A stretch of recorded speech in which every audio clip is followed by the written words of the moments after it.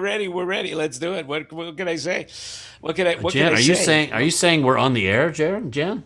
I'm not saying it yet, but I think it's up to Zoom and Newman, ladies and gentlemen. Hey now, hey now, hey now. Let's hear all everybody. And we're on the air, ladies and gentlemen. Good distortion. Perfect. I used to dream about that kind of stuff when I went to a concert at night, All right. We're on the And air. then Lenny anyways. Kravitz made it a Of the thing good old and made days $1 of million concerts. on Oh it. man, would I like to go to a concert right now?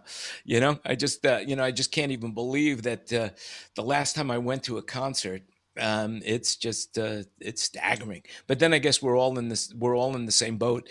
So let me just welcome everybody to the SoundBroker Mastermind Roundtable, where we discuss what's going on in the world today and how we can survive these terrible times until we get through the COVID. Basically, that's it. Tips, tricks, whatever we have, ideas, what people are doing, how people are making money, how they're not making money. But we're here as a support group for one another to make sure that everybody can survive these tough times and what we could do to help everybody do that and assist them through the tough times. Also, I just want to remind you that if you like this, give it the thumbs up. If you don't like it, give it the thumbs up. Doesn't matter. Just give it a thumbs up and share it. Remember, we stream every Wednesday at 3 p.m. Las Vegas time to YouTube and Facebook. But here we go live on Zoom. So if you want to be part of this, all you got to do is send me an email or DM me, and we'll send you the link, or anybody on the panel that you know will send you a link. So please share it with your friends. And the other thing I will say is that, everybody has their own opinion. And opinions, what do they say? What are opinions like? Opinions are like asshole, because everybody's got one and they all stink, right? That's it. Except for me, I've got two, and they are smelly. But the reality is that everything that was said is an opinion. If you don't like it, too bad. That's all there is to it. And that's why we're here to discuss everything. So with that in mind, hey, welcome everybody to the Mastermind. So Ken Newman, you are a famous star now. I ran out of time. Sorry, time to go. We got to go. Ken, you're a famous star now. Well, these crazy kids, they wanted to hear what I had to say on their Signal to Noise podcast, so I answered a couple questions for them, and it was pretty funny. Yeah, I can't wait to listen to it myself. So is there any? No. I gave away all my secrets. Anybody could take over the Barry Manilow gig now. I've told the world everything I know about doing the Barry Manilow gig. Told people everything I know about starting out in 1972 and building your own mixers and stuff, and then also where I like to eat when I'm on the road. And then, is there anything else, Jan? There really isn't anything else. And what you like to eat, or just where you eat? Just where. All right, very, very good, very good. Well, that's really good. Chris. His name is Chris Leonard. Is that right? Chris Leonard, yeah, and Michael Lawrence. Michael Lawrence from Rational Acoustics. Right. Well, there are a lot of podcasts right now, and there's a lot of Zoom meetings and a lot of shows. And what I'm finding out is a lot of people get Zoom burnout. And I think the Zoom burnout comes because people are trying to put too much into their minds rather than letting people share what's on their mind. And here, I want you to share what's on your mind. So we open it up. If anybody has anything to say, you don't have to raise your hand. You just have to talk out, and hopefully that you will do it in such a manner that it doesn't overshadow what somebody else is saying, and so, but I try to make it humorous. I try to make it go fast, and we try to put in a bunch of news. Oh my God. I got to stop the show. Stop the show, everybody. We've got Jorge Arronte. All right, George. It's good to see you. Dan. I mean, if anyone doesn't know who he is, has anyone in the room heard of the Miami Heat? Anybody going once? Did you, George? Have you heard of it? Once or twice. And the beautiful building that they are in, the beautiful building. And George, tell everybody, what is your title over there? I'm the manager of the sound for the building. So I design, program, install, maintain, pretty much anything having to do with the audio in the building. That's very, very good. What building is it? What's the name of that building? American Airlines Arena. In Miami. Yeah, in Miami. Yeah, that's a good gig, right? To have a house gig at an arena. I've come to the conclusion I have to murder someone for them to get rid of me. That's right. That's right. And that's a good place to be, especially around now. It is Miami, so just wait a few days. Somebody will make an offer. Oh yeah, well yeah, you know how that goes. As long as the right payola's there. Have you lived in Miami for a long time, or did you move there for that gig? No, I've lived here. I've lived here since I was a kid. Originally from New York. But I've been there since the inception of the building. They brought me in to fix the sound system that they had just bought, which was a mess and antiquated, and it was just wrong. So typical that these. Yeah, when you have a bunch of executives signing off on things, and then you start looking through the gear and you find amplifiers not hooked up to anything.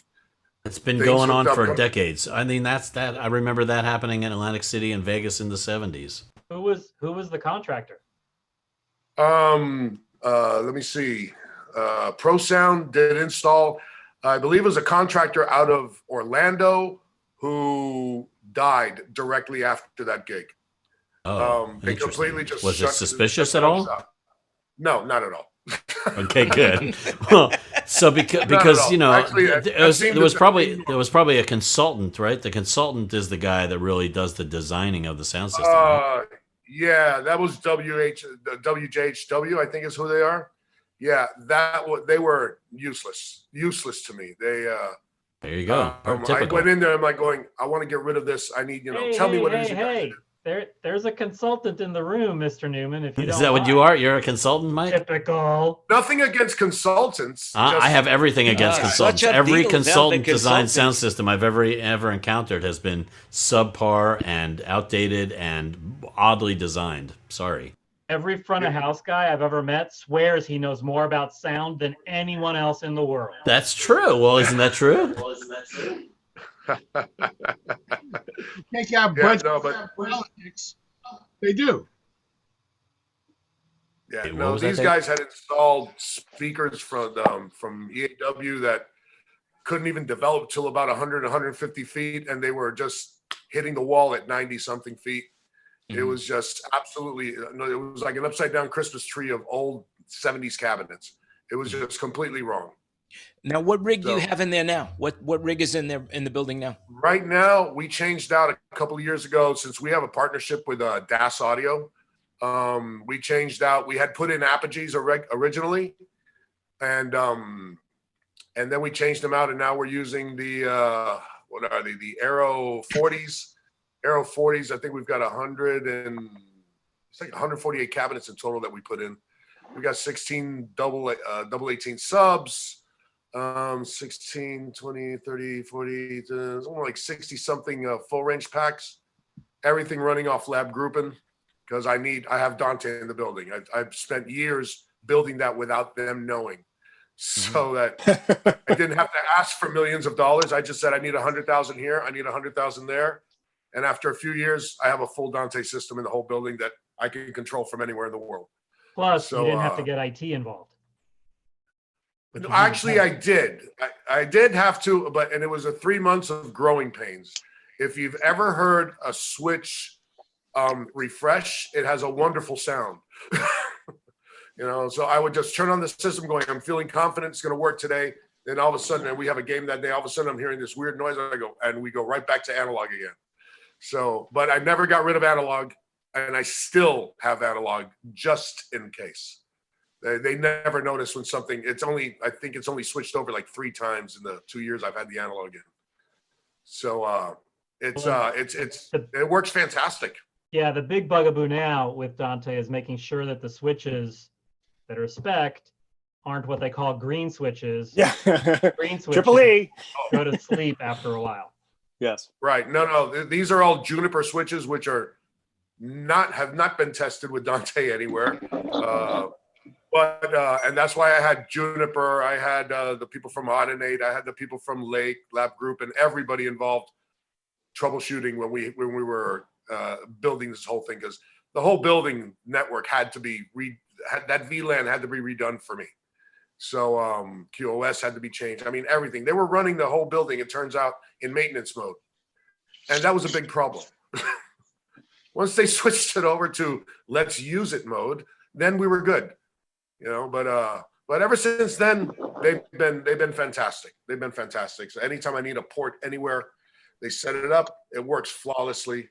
I've been very lucky, and I've got over 80 devices in there now, and I'm about to add a bunch more to be able to do the games with no fans. I have to create the bubble crowd noise. So I'm bringing an extra line array to just sit in one of the concourse levels and just feed them all over the place. And it's multi-channels coming from Firehouse is bringing in the system that they use. And there's like 12 channels going out that just gets dispersed all over between the clusters that I have in and the small clusters I'm putting up. It's going to be using one of the CAN systems for that, or are you making it? No, we're using what Firehouse has. Oh, okay. It's what the end, because what they have, it's the sounds are layered, and the QLab does not send out the same sound, and it sends it out to different stacks, so you never hear the same crowd saying the same thing from the same area. Yeah, try to make it as realistic as possible. Let me just interject. It's just random the way it sends it. Let me just interject about Firehouse. Firehouse did the bubble in Orlando for the NBA. And that would be one of the reasons why that's how, right? Am I correct? That's correct. They actually built those sounds while the games were going. They realized that it was a learning process, obviously. They realized that just having a murmur wasn't working, and they had to tweak the audio that they were stealing, which a lot of it came from NBA video games. And they had to get rid of the little squeaks from the sneakers and everything, because if everyone's standing still, all of a sudden you're hearing squeak, squeak, squeak. It just didn't look right. Yeah. So they actually went to town with that. They've got a ton of clips now, and it's going to be really interesting to hear them. The interesting thing is, and I don't know if they figured this out yet, is like, so the crowd's cheering, right? Because they're on the paint, they're ready to shoot, and then all of a sudden somebody steals the ball, but they got the crowd noise, yeah, oh, and then they can't switch. There's a guy specifically for that. There's one guy that's just regular noise going on, and another guy that's specifically crowd response. That's all he does. He's got a computer, and that's all he does. He's the guy that they have boo refs. They have everything. The only thing I told them they need to. I'm sorry? Well, I was going to ask, what's that guy's position called? Is he sweetening, certain kind of sweetening or something? Yeah, they're basically two sweeteners is what we have there. That's what they're going to be training some guys that we have at the arena and everything specifically for that. That's what their position is. How interesting. And, it's going to be. I wasn't able to go to the bubble because I had to take care of what was going on here, but some of the people that went said that it was really impressive how they did it, and they had a much nicer sound system that they brought in. They brought JBLs and everything just for crowd noise, and we don't have that option. We're actually our arena is going to be the one that's the most complicated setup for this. A lot of arenas aren't even bothering. They're just putting a background bed of. So how much longer do you anticipate that we'll be doing sporting events with no fans? We are hoping that that we won't be more than a month. That's what we're really, that's what the NBA and what obviously all the arenas are hopeful at this point, since we're starting and the games are going to be like back to back. We've got a game on the 29th, a game on the 30th. They're not going to have the amount of time in between games. We aren't either. So it's just, everything's being compacted into a very small season. So they're hoping to get people in at least 25% at a certain point, hit 50. By the time we hit 50 is when we're going to get rid of this extra rig, because Cubans are really loud. Wow, now, very interesting. And they're sort of hoping for being at 50%. What, in February? They're hoping for February. Yeah, they're hoping for February. I mean, obviously, if all the mystery viruses, antiviruses work and everything else, then this is a day-to-day thing.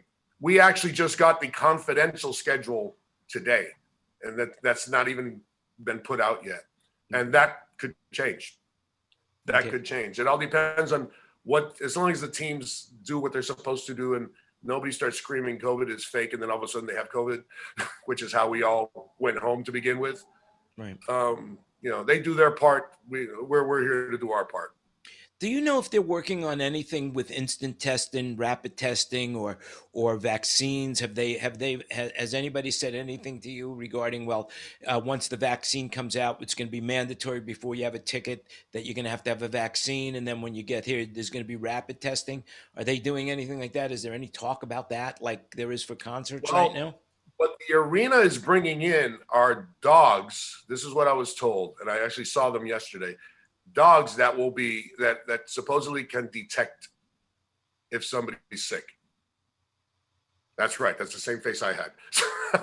That's so exactly. I'm like going, I didn't know there was a smell to this, but like we just did Latin Grammys with no crowd either, and they were testing every 5 days. They had people there testing on site, and you found out 24 hours later that I was tested in the 2 weeks that I had to do that show. I was tested 4 times. So and they just send you an email and then you're good to go. At University of Miami, I do some work there as well. They test you right there when you walk in, and then you have to go to an app. And once you have the app information filled out showing that you've been tested, you show that around to let everybody know you can walk into buildings. So they're making it as timely as possible, but it's still 4 or 5 days. Every 4 or 5 days, people had to get checked. And I mean, I was in the military, so I was going to Southern Command to begin with, getting tested when this whole thing started, because I have to deal with older parents. So I've been tested 1,000 times. So, but that's what they're looking at is right now the dogs, temperature checks. That's pretty much where they're at. Mm-hmm. That's cool. I'm interested to see what happens with the dogs. Now you're in Miami. Chris Carlton's in Miami as well. Do you guys know each other by any chance? Absolutely. Good. Absolutely. Do you go sailing together? Does he ever let you anywhere near his boat? No, I don't go near his boat. No. I live on the beach. I don't need his boat. So George, do you also provide sound system for, like, let's say there's a graduation at your facility? Do you provide the sound system for that if they ask you to? We could, and if there have been times where some shows like WWE had gone in there, bare bones, and they use our sound, our lights, everything. Back then, when the first few times they came in, it was a much smaller system, or the old system that was a disaster. But with this new system I have in there now, I could do a 360-degree show easily. I haven't even hit 20% on the amps on that system. I have a lot of headroom. Lots of headroom. The mixer works in green the whole time. But I mean like a typical setup for say a graduation would be proscenium, not 360. So do you have a portable sound system that you can use and just fly left and right or whatever? We have some, but the building doesn't really. We have a bunch of speakers that we put on sticks, but anything like that, we try to get them to use. To use a company if it doesn't fit the configuration we have. And then what do you do? What's your role then when a company comes in to do sound for an event? Well, I'm the point person for any connections they have to do in the building. Since a lot of them come in, if they're analog, I convert them over to Dante so that I can throw their signal anywhere we need. Either that, or we just take embedded audio from their video. And I have embedder cards from Yamaha that I use, and I just steal the signals from there. So you're there no matter what. Any event really is happening, any events happening in the building, you're there, I'm guessing. I'd say at this point like 60% of the time, because I have my guys trained so that I have my guys trained to handle these things. If they are in an absolute pinch, they call me and I log in from my home or from anywhere, and I can look at anything. Very cool. Hey, we got a question on Facebook, something, and it says, by 4 different dogs. That's one question. And the other one was, did the $3 million go through? I don't know what either one of those questions mean, but I'll throw it up to the room. So I just read the story on the dogs, and it is a German study where they took some military canines and trained them to detect the smell of COVID-19. And they were 94% effective in testing. And it only took a week to train them. probably because they were previously trained. They were already trained as detection animals in the first place. But it took a week, 8 dogs, trained them for a week, and upon testing, 94% success rate. Am I the only That's one that better thinks than a it's lot of the- ironic that you lose your smell, but they can sense it with smell dogs? Yeah, that's funny, huh?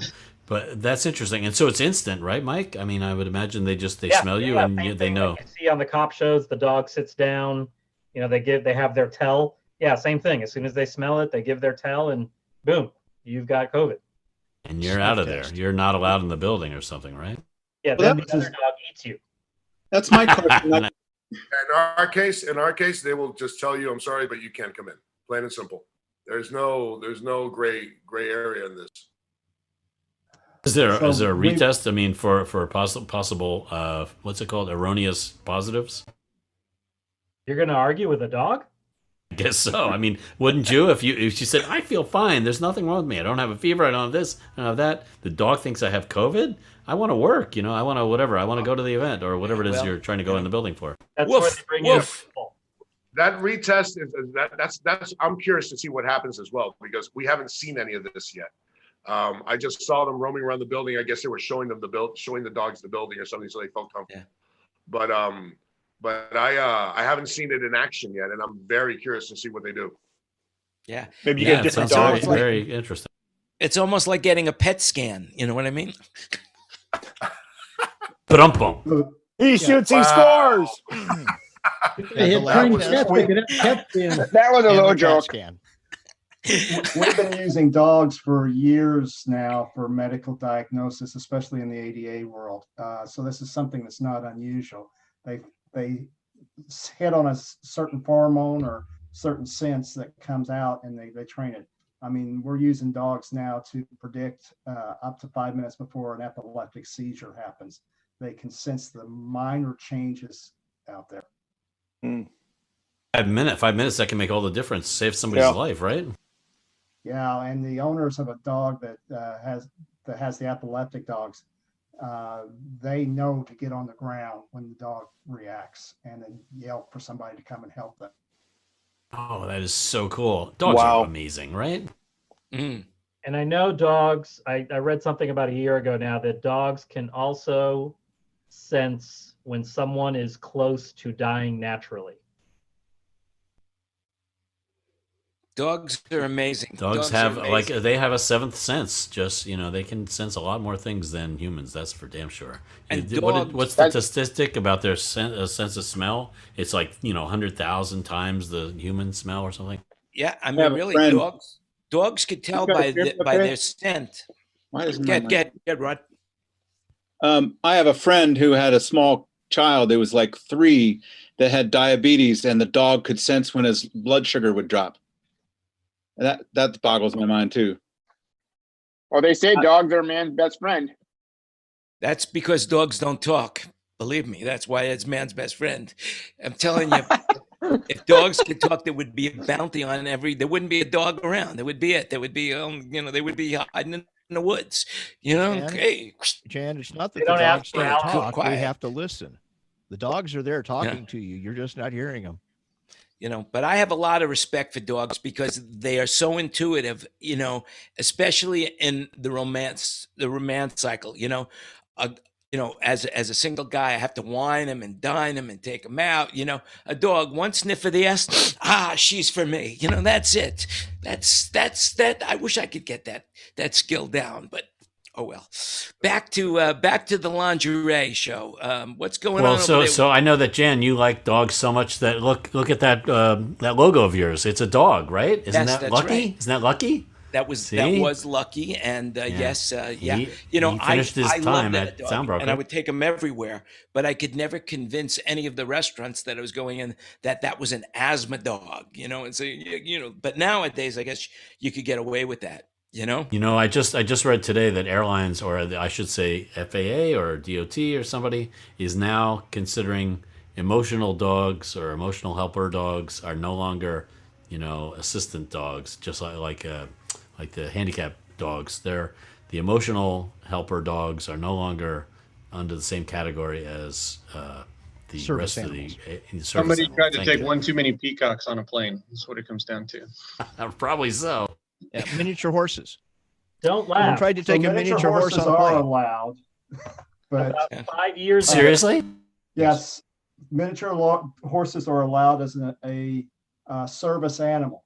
There's a difference between service animals and emotional support animals. Right. There you But go. That's what I was looking for. Thank you. Where this one Horses person are claimed- basically like giant dogs, so that makes sense. So the miniature horses were allowed in the standards because for people that had allergic reactions to dog dander.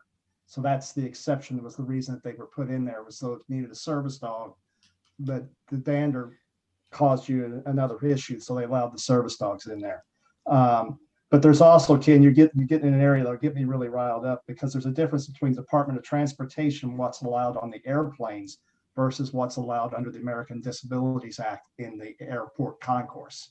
So there's two different things that are floating back and forth there too. Well, and this specifically was speaking to companion animals for emotional support, not for service animals under the ADA, which are different things.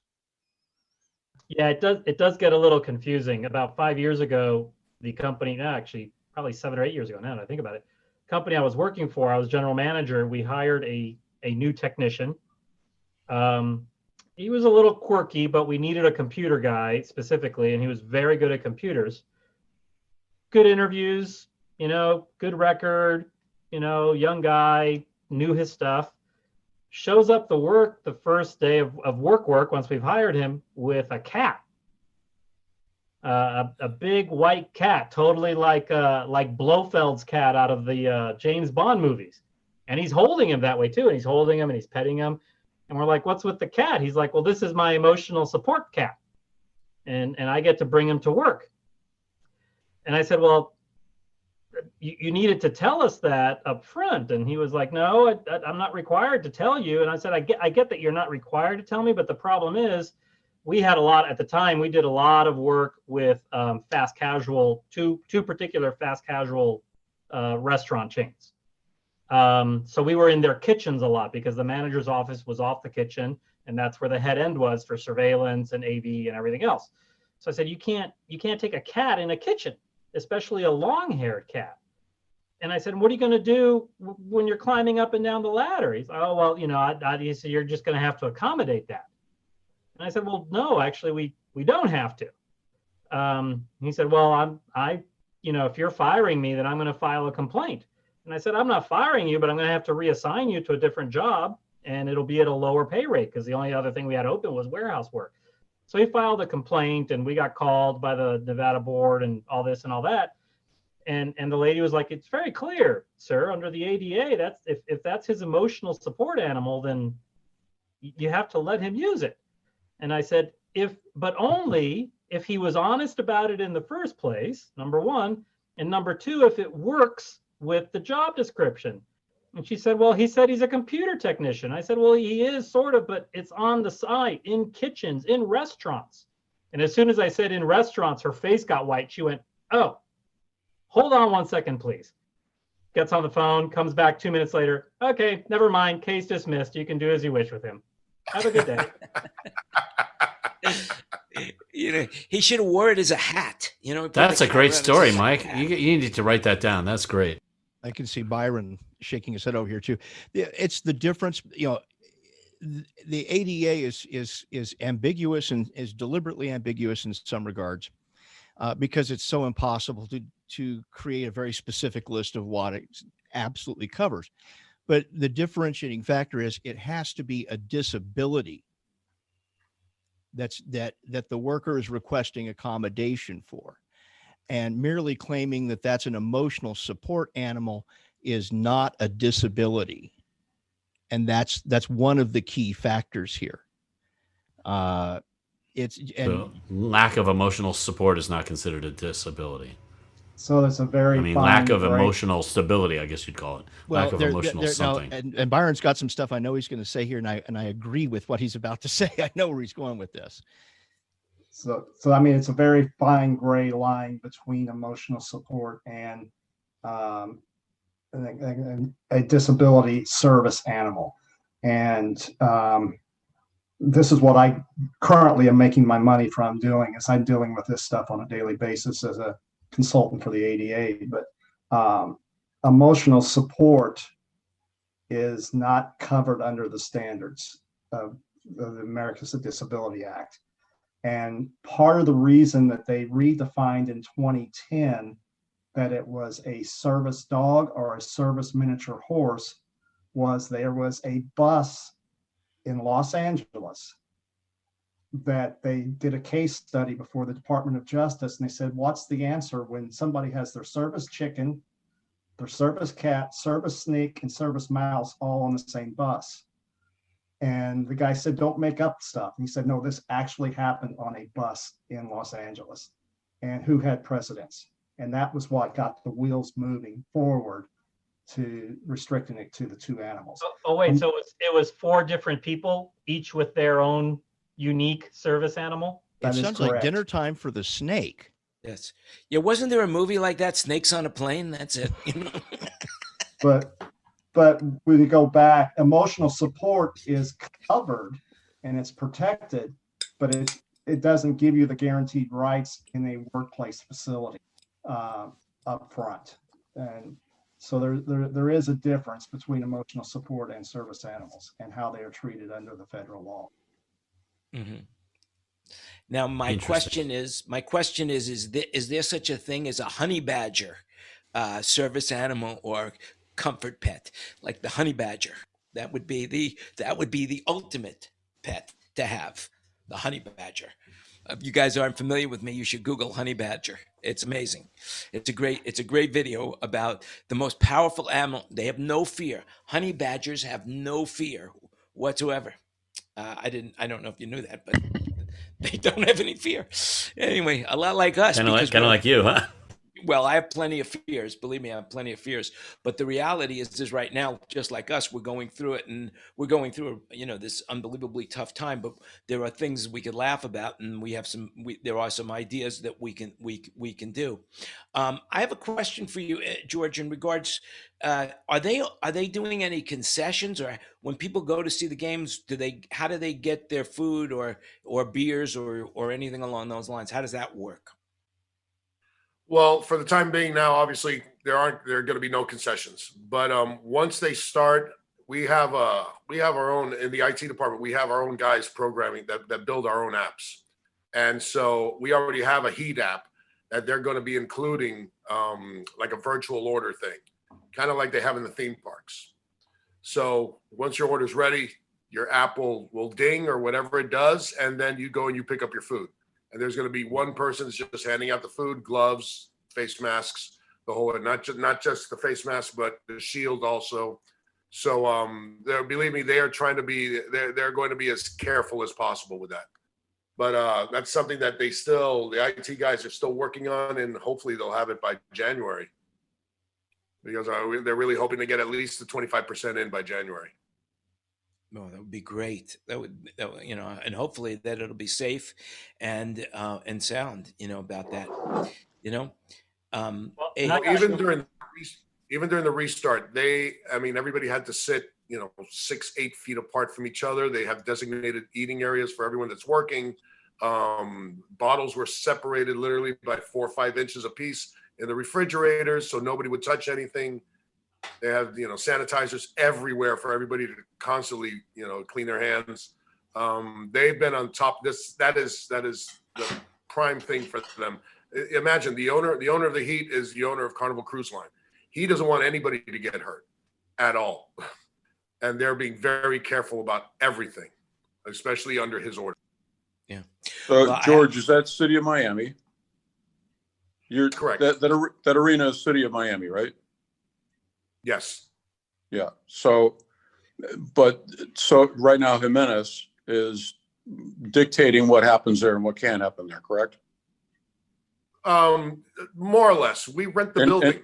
And he tested positive. We rent the building for the City of Miami, and they give us some guidelines, but this is our organization is the one that's putting down all these protocols. They're following CDC, they're following the scientists to make sure that everybody is safe. And City of Miami, I haven't seen any emails coming from them at all. Okay, so there's nobody there from the City of Miami looking at what's going on? Not that I'm aware of, no. But Cool. we have a risk management.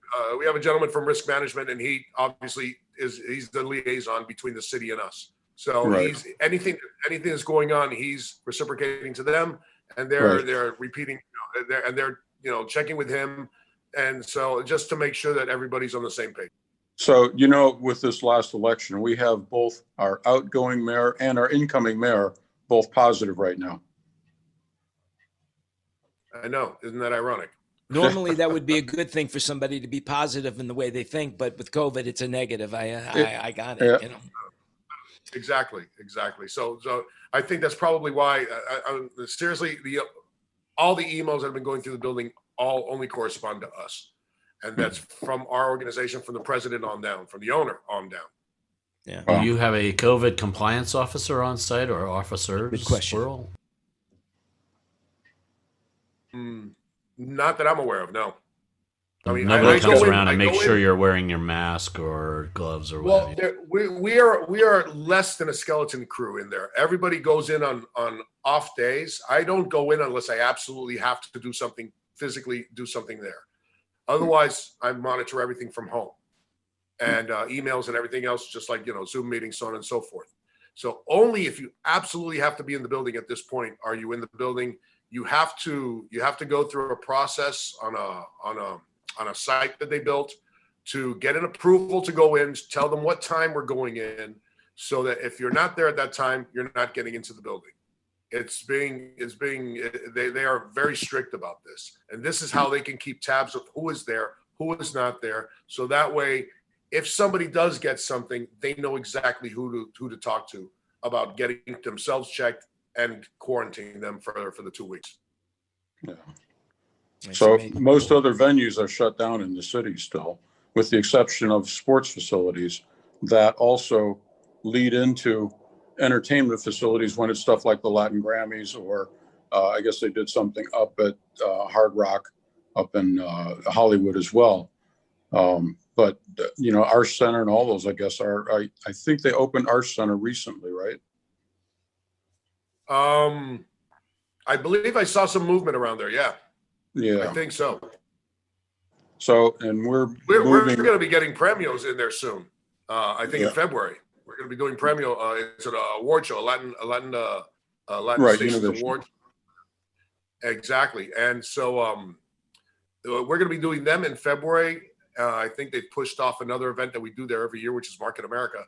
But Univision is just going to come in like Latin Grammys and only have crew and talent, no audience. As far as we know, that's all that's Yeah. happening. Exactly. Yeah. They took over the entire floor of the bowl. They just made a really huge stage. It worked out for them. For television, it worked out. Yeah. So usually the Miami City Ballet is in several locations at this time of the year doing their annual Nutcracker Suite, Balanchine production. And so they're moving the whole thing to Doral Park and setting it up using this huge 250 by 150 foot space for maybe 700 people, and setting up for a 2-week run over there. It's open air, so that's how they're doing it. And luckily it's going to be 60 or 70 degrees outside, so Well, that works. That's nice. yeah. Now, in Florida right now, we got two people in the room in Florida. What is your COVID productivity rate over there? I think we hit 1 million yesterday, didn't we? God bless you. I believe so. Yeah. Hey, you got to 1 million. No, that's bad, man. That sucks. Yeah, no. We here in Las Vegas right now, we're in Nevada, we're over 17%. That was just 2 days ago, 17% of contagious rate. That would mean that almost 1 in every 5 people here in Nevada have it. And they're saying here in Nevada, someone gets a case every minute, and every 2 hours, someone with COVID is dying. That's just here in Nevada. And then, of course, what's going on in the United States, they say now every minute somebody is dying. It's unbelievably frightening to me that as a country, we're not pulling together right now to saying, hey, masks work and everybody should be wearing a mask. There was somebody on TV I think from Kansas, and they were saying that they were looking at and they were against masks until they saw that the populations of the cities that were wearing masks, the count was going down, and the counties were going up that weren't wearing masks. So now he is out there saying, wear a mask. And that's, with the vaccine, now the vaccine, they just said that one of the vaccines is going to be issued in England any minute now. And Yeah, we look like Pfizer's got the approval this morning. they did get the approval. What about here Yeah, for the United from the States? UK. What about here? From anybody know about what's going on here in the United States? The 10th is the date. That's amazing. That's amazing. One thing also, talking about money, because Michael Strickland, Kenny, you got that letter handy? Yeah, but I don't understand it at all. But did you guys are you guys on the Michael Strickland mailing list? Yeah, He says yeah, and you have this the morning. petition on board, right? You saw the Well, petition? the petition was the latest thing, but then this I'm letter not that I on got there. the other day, I sort of don't understand. It says this morning a bipartisan, bicameral across the Senate and House group, the Problem Solvers Caucus, revealed another proposal for a relief package to be passed in December. This is not a bill, but rather a suggested framework that all 50 legislators agree on. Leadership on both sides rejected it. Attached is a view of what was proposed. And then it says Senator Mitch McConnell said a must-pass spending bill and pandemic relief provisions will all likely come in one package. Congress needs to approve funding legislation by December 11th to avoid a government shutdown. Yeah, so And, basically, it goes what that on and on. It means- talks about that. I Okay, don't so understand. basically what that means is Pelosi and McConnell don't like that, but finally there's a group of bipartisan senators and congresspeople that realize the need of what has to be done. And right now they cut that. Joe Manchin is the one who Joe Manchin was the guy that was the author of the bill with Susan Collins, and basically they're taking money from one place and putting it into the other that was already there. But it ain't going to happen right now. That's at a standstill. But what Michael sent out today is a letter from Howard Schultz. And basically, there's a call to action. It's a letter from, basically, we need money. I mean, that's really all what it's about, is that we need money. We need Congress to act. Now, I don't know about other municipalities, but here in Clark County in Nevada, and Mike Brown, you might know a little more about this than I do, but they just issued a grant that every business here, small business, is entitled to apply for a grant for $10,000. Are you familiar with that? I guess he's not. Otherwise, he would have said something. So anyway, yeah, that's happening here. Sorry. And- Yes, I am. I was on a different screen. Go ahead. Yeah, so every state got a bunch of money from the CARES Act, and then each state has then let some of it trickle downstream to counties and cities and towns and whatnot to do with as they see fit. I did, so city. For those of you who are not familiar with Southern Nevada, most of what you think is Las Vegas is actually not in Las Vegas at all. It's unincorporated Clark County. So the city of Las Vegas, city of Henderson, city of North Las Vegas, and unincorporated Clark County all have their own programs for these grants. I got money from the city of Las Vegas because my business address is in the city, so I don't qualify for the county one. It's only if you're in the unincorporated areas of Clark County. But I wish I did, because it's more than double what the city was offering. So, but yeah, it's $10,000, and basically it's got the same stipulations that most of the grant programs does. You have to use it for either payroll or rent or direct COVID related expenses like masks and, protocols and test, thermometers and whatever stuff that's directly related to COVID for your business. And it's first come, first serve. I mean, the city had one. I got in early on the city. Within minutes of the portal opening, I applied with the city of Las Vegas. I got that one. Within minutes of the state one opening, I applied. I got that one. I haven't received the money yet, but I got the email last week saying that it's been awarded to me. So yeah, it's free money if your state or county or local municipality is offering the money. Apply. And so far, every application I've done has been a single page. They really just want business name, address, business license number, and federal tax ID number. And then you have to sign saying, that you agreed to the rules about how to spend it. But that's it. Literally, I don't think any application has taken me more than about 3 minutes to fill out. And it's a grant. It's just they're giving you the money, free money. It Like is. I saw on They Gavin reserve- Newsom's Instagram, they had something about a grant for California. California has $500 million available in reserve funds for grants to small Yeah. businesses. And they always reserve the right, and you agree to that they can come audit you and see how you spent the money.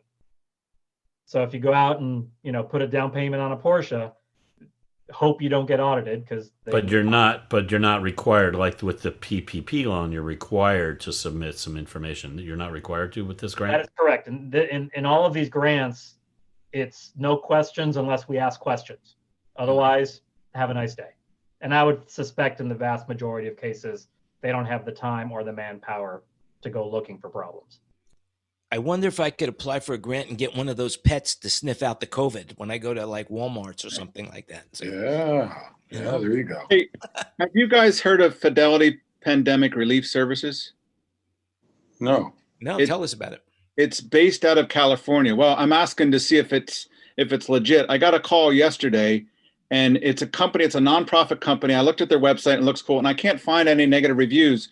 But they basically take all your information. It's a $400 flat fee, and they will apply for every single grant that comes available. And they have like 8 paralegals. They do all the paperwork for you. You make one submission with all your information, and then they keep track of your state and everything that opens up. They automatically apply for it and get it. And they said they've been averaging 5,000 to 25,000 in grants. And Okay. so I don't have the resources or even understand that side of it to know what's available or how to find it. But that's what this company is specializing in. And so it's just interesting. I've been trying to research and find out if anybody's been involved with that or not. But it's FPRS, Fidelity Pandemic Relief Services. They've been doing grant work for like 15 years, and then they started specializing in this particular grant writing.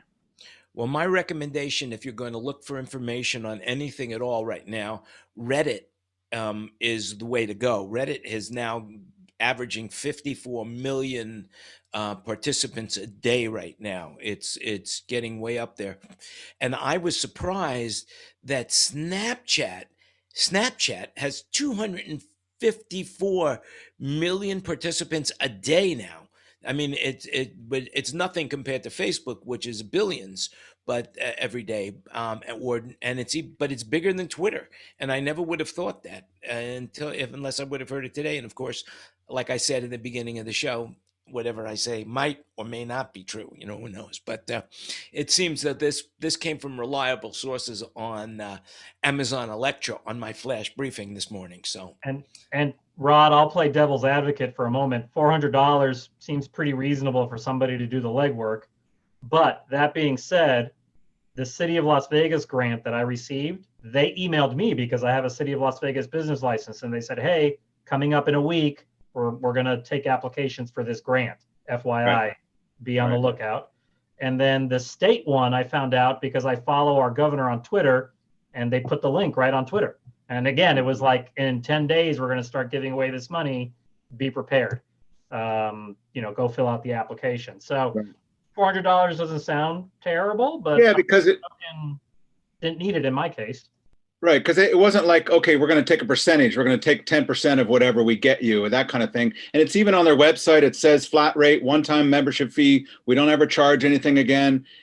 So yeah, I know it's just like, but to me, I've fallen back on construction. So I'm doing construction during the day to make this work because my unemployment has run out now. And so I'm back to swinging a hammer and trying to find out what other options I have going into winter now, which is harder.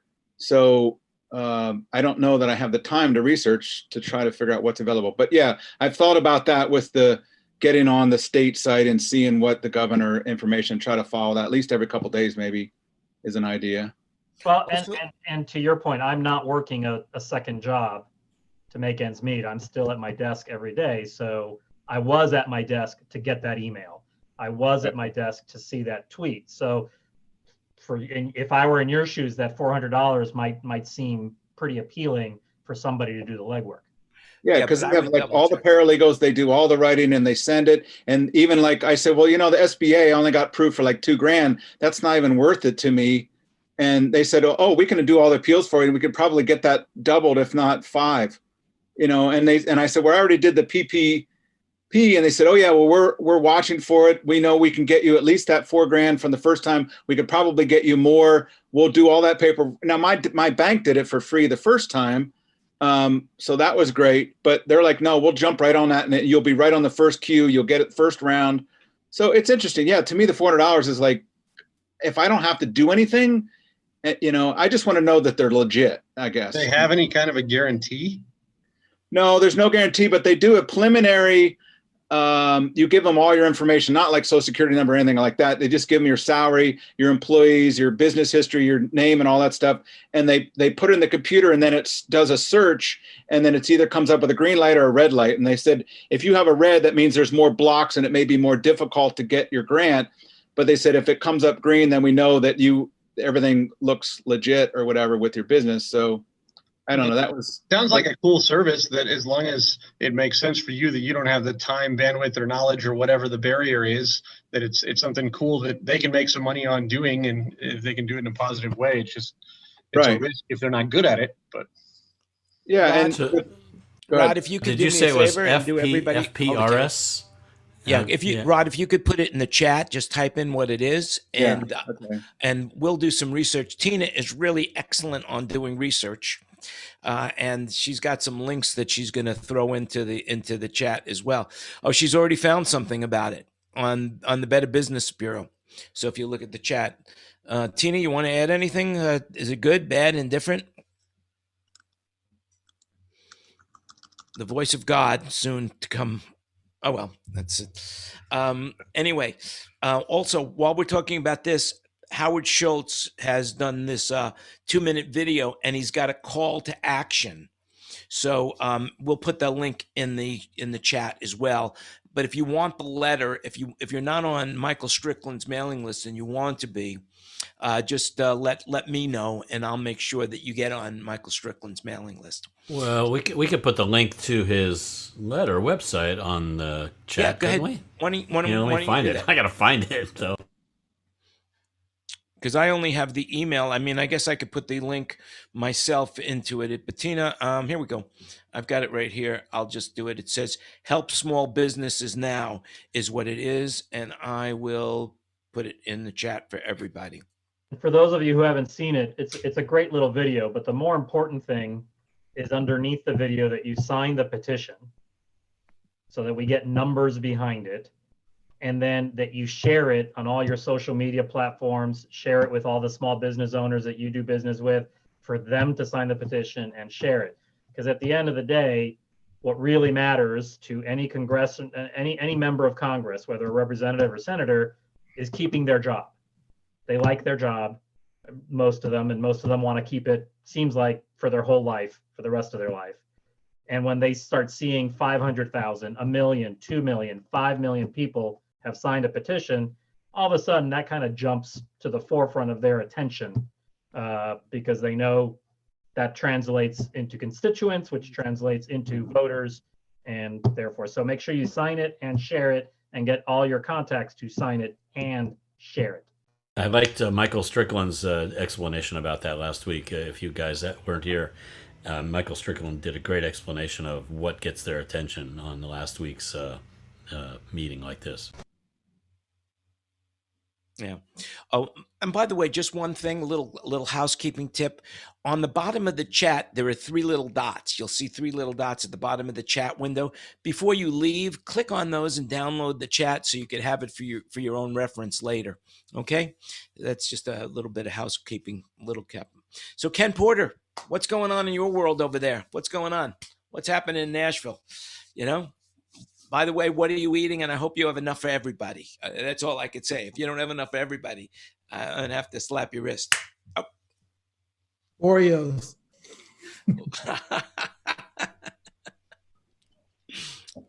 Not much going on, just trudging every day, hoping something breaks. Everybody keeps talking about next summer is all we know right now. a few streaming things for Christmas stuff going on, and that's about it. Well, I'm still planning on April for the trade show. That's April 8 and 9. What trade show is that, Mike? You know, when you're in the middle of a pandemic and people can't get together, you create a trade show. People do. No, so what happened was back in so this was the year all the trade shows, all the AV trade shows were going to be in Vegas. Right. All the ones that move around happened to coincide, and there were literally going to be, I think, 12 AV related trade shows or trade shows that have decent AV presence in Vegas. So back in April, when I was thinking, like probably a lot of people, that this, you know, well, this will be over by June, July, and we'll be back up and running by August. I created a trade show to replace all the ones that got canceled. NAB got canceled, Infocom got canceled, Digital Signage Expo got canceled. So I created it for September. And then obviously we've now moved it to April of next year. And I'm still on. So it'll be here in Vegas, April 7 and 8. I'll put the link in the chat. You know, one Now, thing when I you will say you created a trade show, what's it called and what's it going to involve? So the trade show is called Cavlo, and the website is cavlo.tech. There it is in the chat. And it's a trade show geared towards entertainment and communication, audio, video, and lighting technology. So not so much classroom or boardroom, although communication, I guess, kind of touches a little bit on that boardroom aspect. But basically anything that involves people communicating, whether it's expressing feelings or expressing ideas. And it's audio, video, and lighting related. And I'm not taking any money this year because I don't want to do a tax return for 2020 if I don't have to. So the exhibitors that we have lined up now I don't consider them official because they haven't put any money down, because I won't take it until January. But we've got 10 exhibitors lined up right now already. And got room for like 50 to 55, depending on who wants what booth size. And it'll be right in technically the city of Las Vegas, because it's on the north side of Sahara, right off of the strip at the Ahern Hotel. Nice. Very nice. interesting. You know, I just had this idea. There are 13 million people right now with COVID. 13 million. And now that doesn't mean that all of these people still have COVID right now. I would assume that, and stop me where I go astray with my thought process, but 13 million. So, you know, COVID lasts maybe a month. And so this has been going on for a while. So there's got to be many, many, many millions of people that have had COVID that can no longer get it. Wouldn't it be an opportunity for us to put together some sort of event for COVID survivors? And then we could have the COVID survivor concert. So the only flaw I see in your thought process is that people who've had COVID can't get it again, because some have gotten it twice. Mm-hmm. Yeah, I was going to say that's debatable, isn't it, Jan? Whether they can get it again. Interestingly enough, did you guys see the announcement that the CDC has shortened the quarantine time? Yeah, 7 to 10 days instead of 14 days. I'm not sure how I feel about that, but you know, you can plan your event sooner, Jan. Well, it's based on what's been happening, and people apparently are not, you know, reacting as slowly as they thought. Yep. Well, and now the only challenge is, Jan, you've got to find something that all the COVID survivors want to go see. And it's got to be profitable at 25% capacity. And how do they prove it? I have a note from my doctor.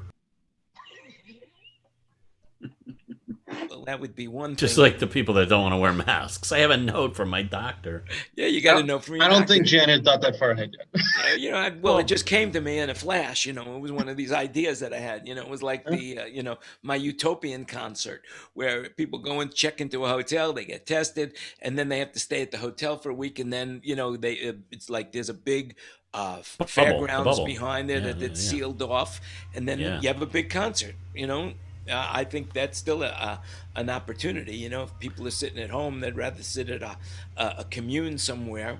That you could go be entertained and have movies and have a real life.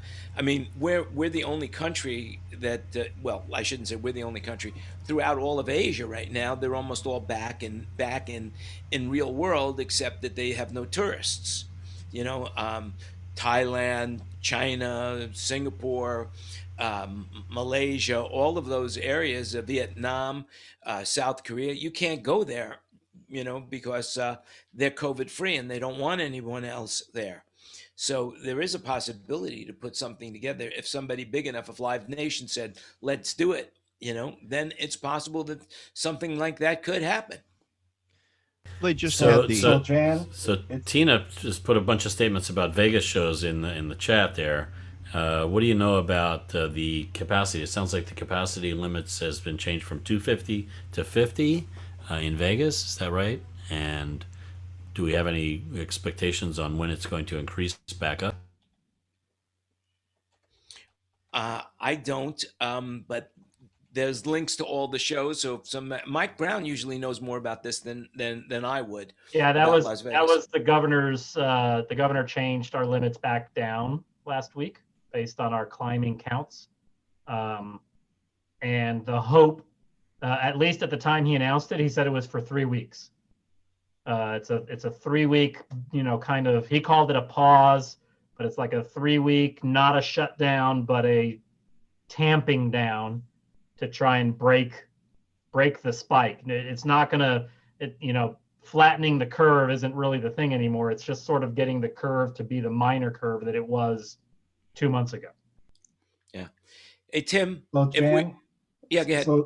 So you're talking about getting events together. I'm working on a major project in Washington D.C.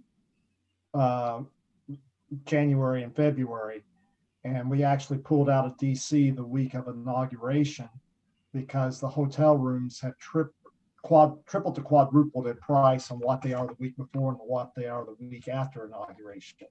So I'm not for sure if they are planning, a big scale inauguration or anything, but the hotel rooms have just spiked tremendously all over the DC metro area that week, which tells me that they're anticipating a large crowd in DC. Yeah, I mean, isn't that definitely true that there's going to be an inauguration and it's going to be big? No, I spoke with Rich Benning, who does a lot of the stages in that area, and he was telling me that he hasn't gotten bookings yet for that for the inauguration. Everything's on hold right now. They're waiting to see what's going to happen. So I don't know.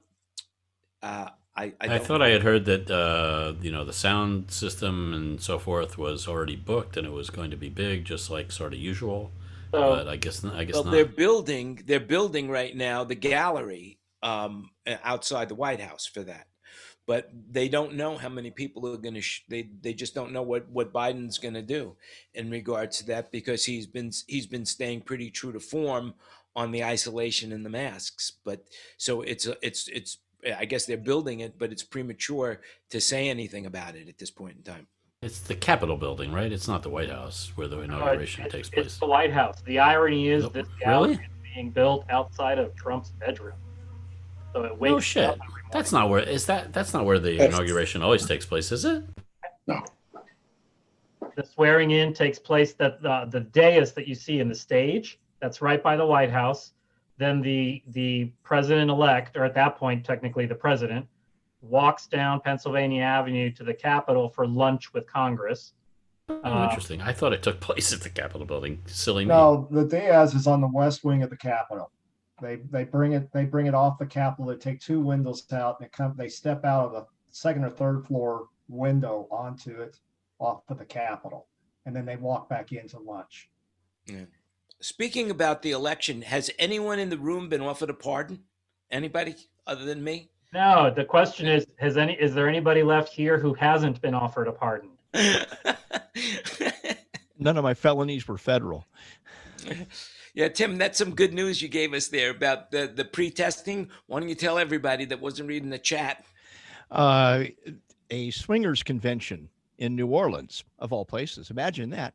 Normally it's a couple thousand people. This year it was limited to 250. You had to either pre-test for active illness and be negative, or have an antibody test that showed you were previously positive and have presumably recovered.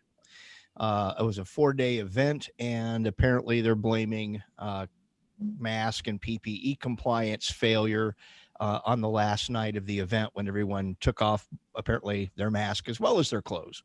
So, but out of that 250 people, 41 have tested positive. One was serious enough to be hospitalized for more than a day. And the promoter says, "Oh my God, if I thought this was going to happen, I never would have done my show." But, you know. So it's a swingers convention, and they thought everybody would keep their mouth covered. Yeah. I make no judgments. I just report the news. I don't create it. I mean, you know, that's crazy talk. It's just crazy talk. That Then you know. my second comment: how did New Orleans steal that from Las Vegas? Just lucky, I guess. Well, fortunately, actually, for though, us, we have plenty of you know, like pop-up swinger events. You know, that's a city bus.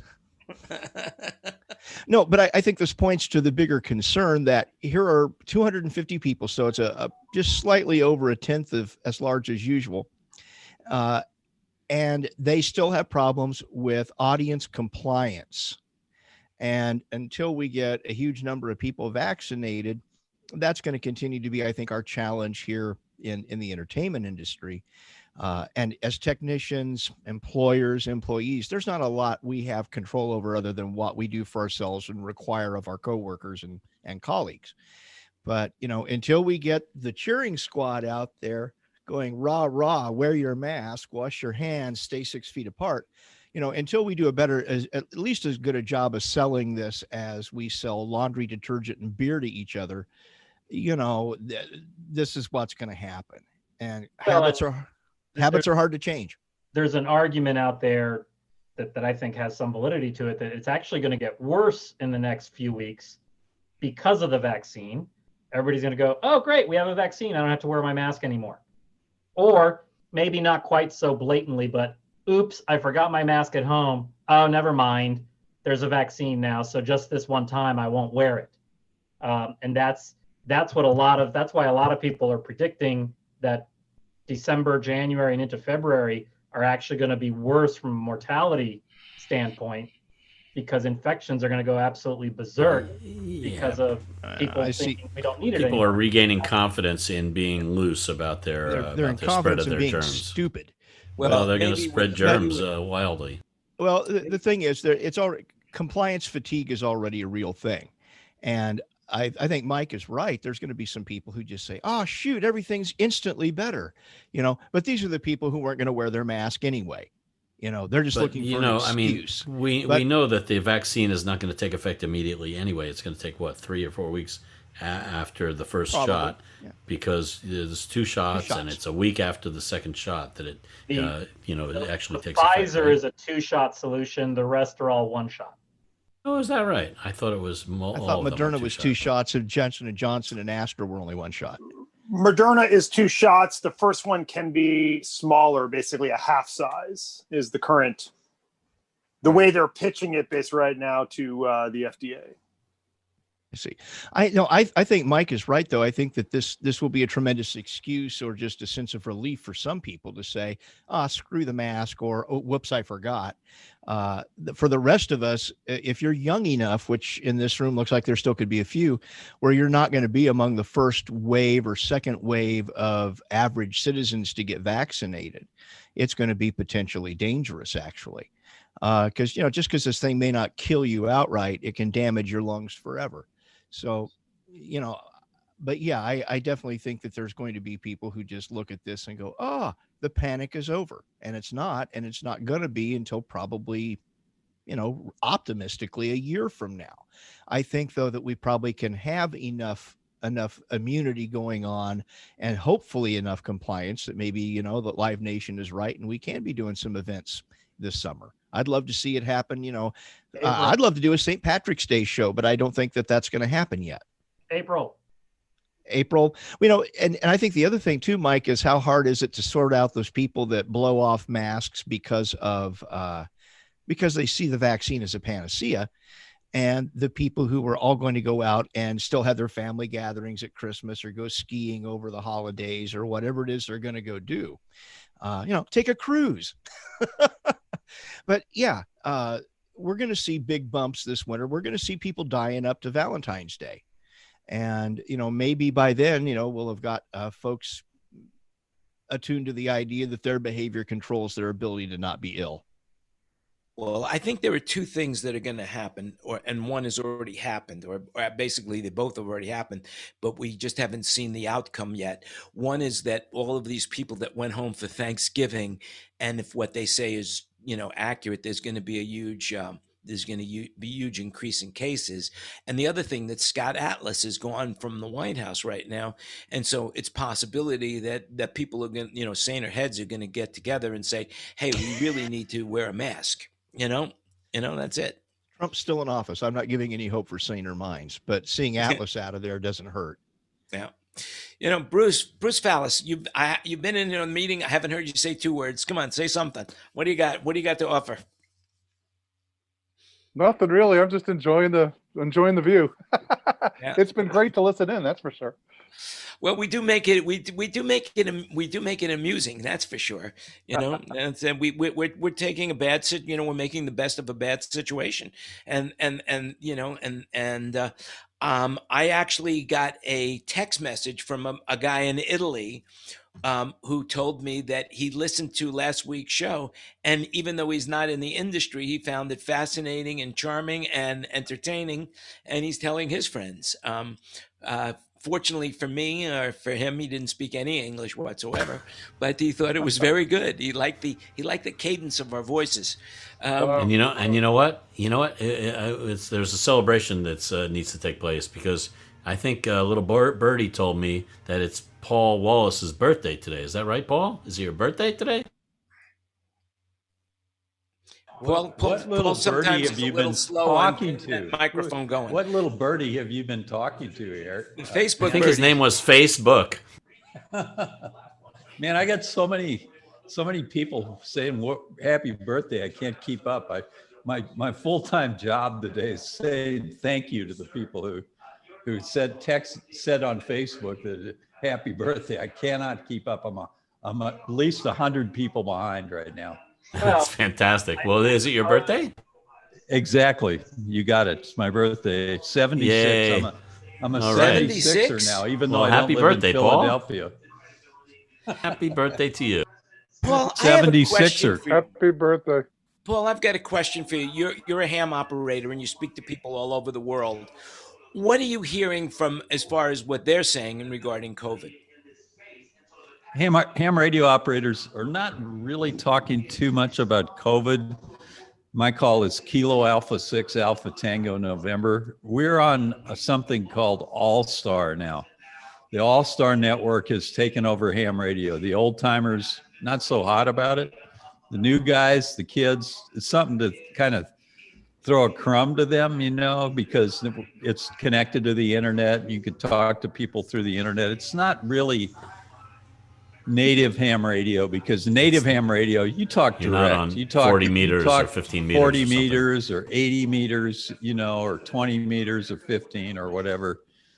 But we gotta have a crumb to throw to the kids, because they're not jumping into ham radio. They're on. So Paul, where are you based? 6 is California, right? Aren't you in California? Yeah, I got my call out in San Francisco, but that's just because I had a house in Occidental, California, and I've had a cell phone company before cell phones were cool.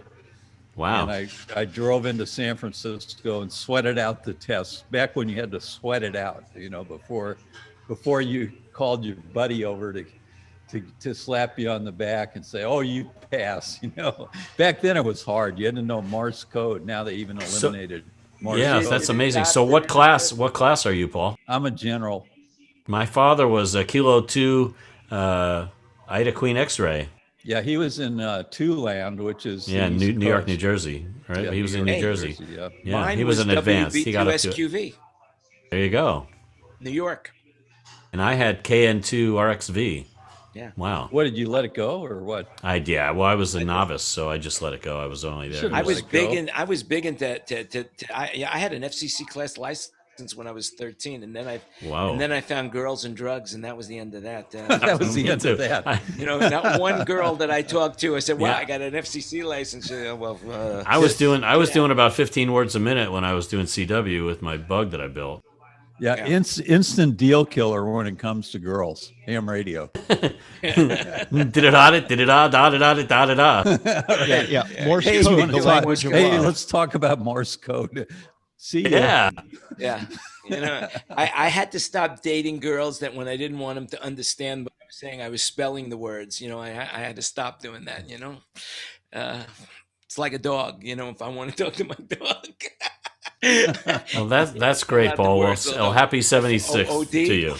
Yeah, I'm a 76er now, even though I'm not a fan of the Philadelphia 76ers. I guess this year I will be a fan of the Philadelphia 76ers for 1 year. Okay, you can do that. You let it go. Everybody right? in the room has to be a fan of the Heat now. Are you kidding? You know, Well, on the upside, the season's so short that you won't have to be a fan for a very long time.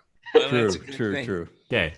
Hey, well, speaking of the Heat, so I looked up the presidential inauguration on Wikipedia. I put the link in the chat.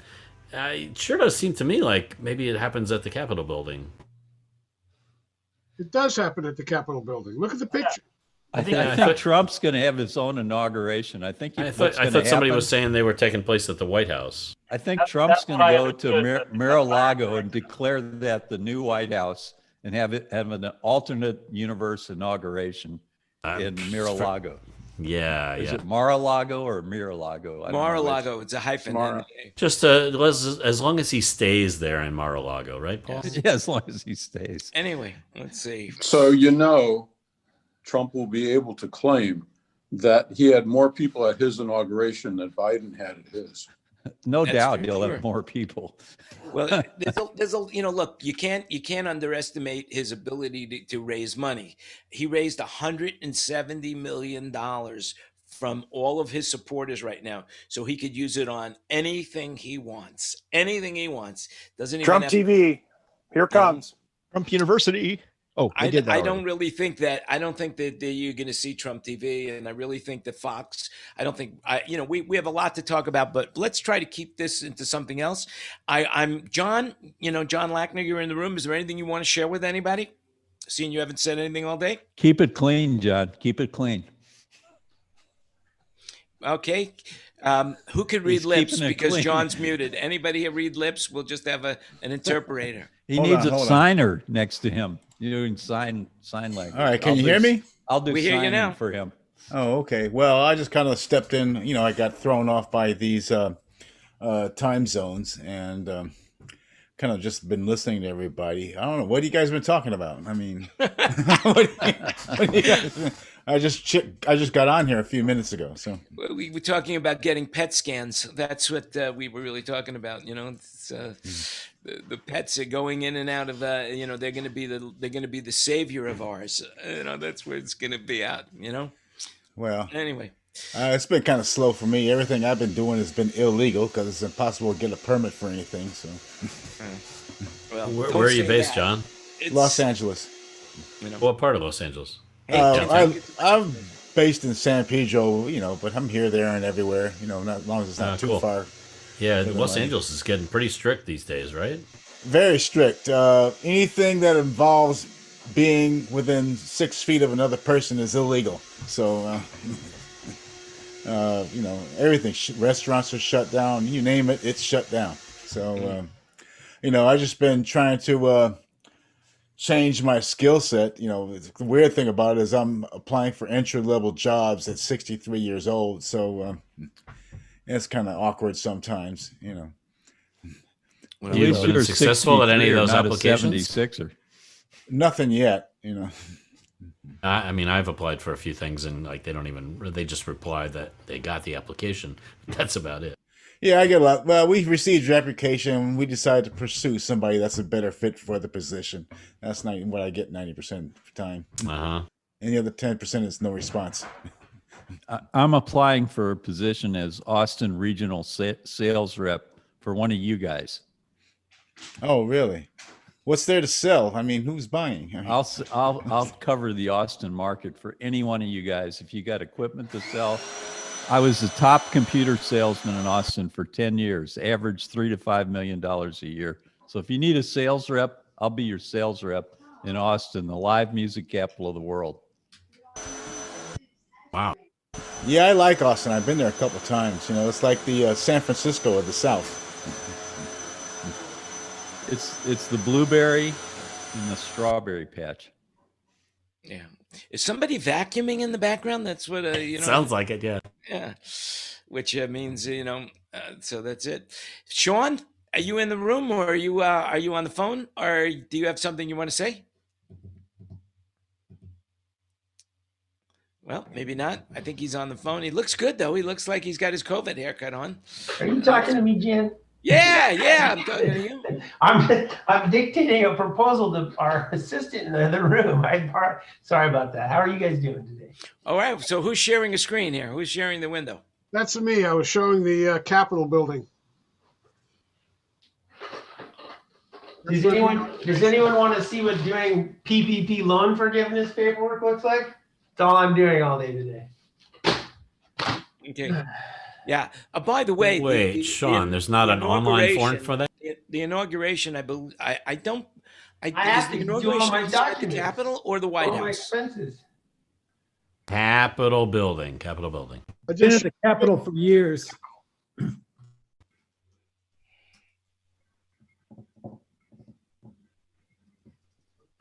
So how is it going with that PPP loan? With my application, forgiveness? Yes. I mean, I'm expecting 100% of it to be forgiven, but it's Very good. Well, I forgive you. You know, bless you. a lot my of child. paperwork, like my hair today. Yeah, well, it's the COVID look. It's the COVID look. It's the best, John. It's the COVID look. Oh, by the way, today is it's Vlogmas. Did you guys know that it's Vlogmas? That this is the month, you know, every day if you're a vlogger, that you've got to put out a vlog every day. So it's Vlogmas Day. It's the second day of Vlogmas. And so if you're a vlogger and you're negligent, you haven't been out there vlogging today, as soon as we get off this call, you should go out and vlog. Anyway, we're gonna let's kind of wrap this thing up now. I think if anybody has anything else to say, anybody have anything burning that they want to share that they haven't shared yet? Just that I've been totally negligent as a vlogger on Vlogger Day. All right, very good. Ken, anybody have anything they want to say? All right. Now, Ken, you know, one of the things that we do is we share things about, you know, if there's anything that you've found this week outside of the entertainment business, you know, that's worth sharing. And Ken, you found an app that you wanted to share with somebody, right? Well, I saw this app and I was wondering if anybody had it. I saw just an ad for it and it looked really cool because it allows you to kind of erase people from your pictures very easily and quickly. It's called Light Leap. Anybody heard of it? It's probably a piece of shit that I am like, advertising here, but I just saw a little blurb on my phone. It popped up on like maybe Facebook or something. That Light Leap is a very interesting little app, and I thought, well, I should check around and see if anybody I know is using this thing, because if they are, it's probably pretty cool. But if they're not, it's probably a piece of crap. Anybody? I want to say I've All right. heard something online. I want Okay. to say I've heard something online about that. And specifically because it eliminates people from the picture. Right? Like something good or something bad. Maybe that was A lot maybe that like was a COVID divorce has eliminated website a or lot of something that I happened on or something. I don't know. But It's a lot like COVID. It's eliminated a lot of us from the picture. Maybe that's what the app should be called, you know? Right. But I Well- saw a movie on Netflix. You know, I'm always looking for something, you know, I want to see something. I like action movies and, you know, and there's a movie out on, I doubt it ever made it to the theater. It's called Guns, Guns. And I can't even tell you who is in it, but it is an exploitation film of supposedly Eric. I'll tell you, Eric Estrada is the lead bad guy in the movie. That's how bad the movie is. But the reality is that there's four That's really bad. hot-looking women. What was that? It's bad if That's Eric Estrada bad. is the lead bad guy, right? That's pretty bad. I mean, that's what Still you in know. his Chips It's almost outfit, is what I it almost pays to. And Chuck McCann is an FBI agent. That's how bad this movie is. But there are four really hot babes in the movie, and they all show skin, and it's it's a funny movie. It's a good nostalgia movie. It's a good movie to laugh about. It'll entertain you for sure. And they're all Anyway, I want to house thank you all guests for at coming. Jan's place right now.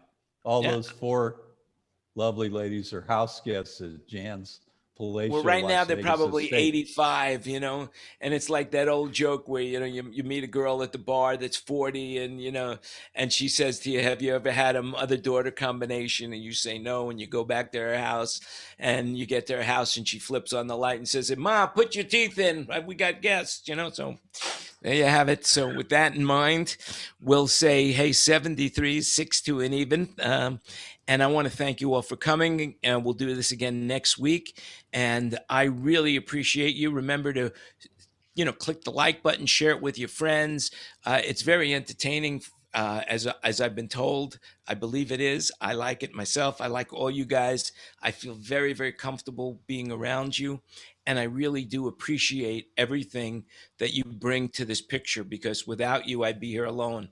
And that is something I really don't like. I'm doing enough alone time as it is. And I think right now it's more important to share with like-minded people and ideas and have a good time about it than anything else you could possibly do until we can get all back on our feet. And Hey, Jan, I have a quick question. Yes, go ahead. When we save the chat, where does it go?